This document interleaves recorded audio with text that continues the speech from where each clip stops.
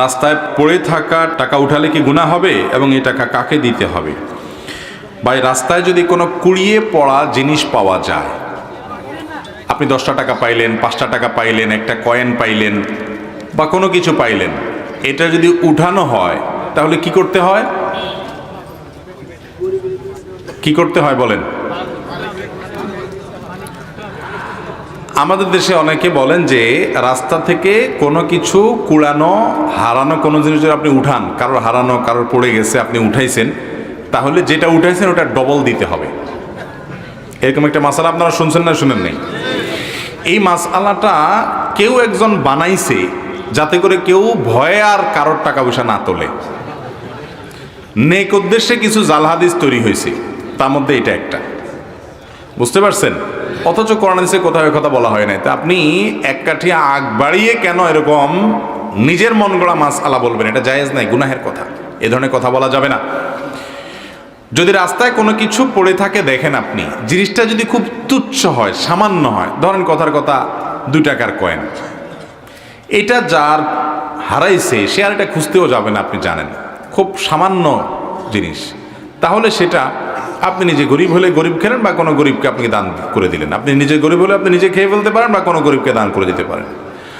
আর যদি জিনিসটা দামি হয়, ধরেন আপনি 1000 টাকা পাইছেন, 2000 টাকা পাইছেন, মূল্যবান কিছু পাইছেন, যেটার মালিক এটাকে খুঁজে বেড়াবে আপনি জানেন, তাহলে সেক্ষেত্রে এটা নেওয়ার পর আপনার দায়িত্ব হলো চতুর্পাশে ভালো করে ঘোষণা দেওয়া, ভাই এই জায়গা আমি কিছু টাকা পাইছি, কার হয় নিয়ে যাবেন।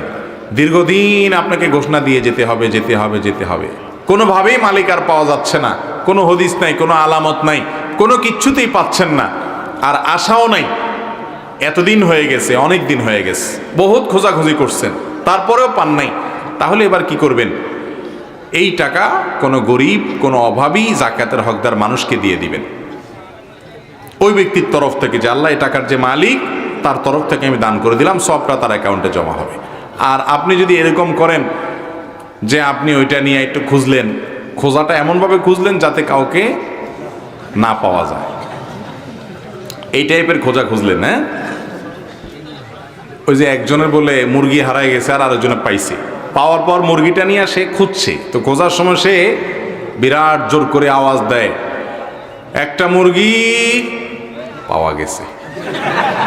এমনভাবে পাওয়া গেছে বলে যে এটা আর কেউ শুনে না।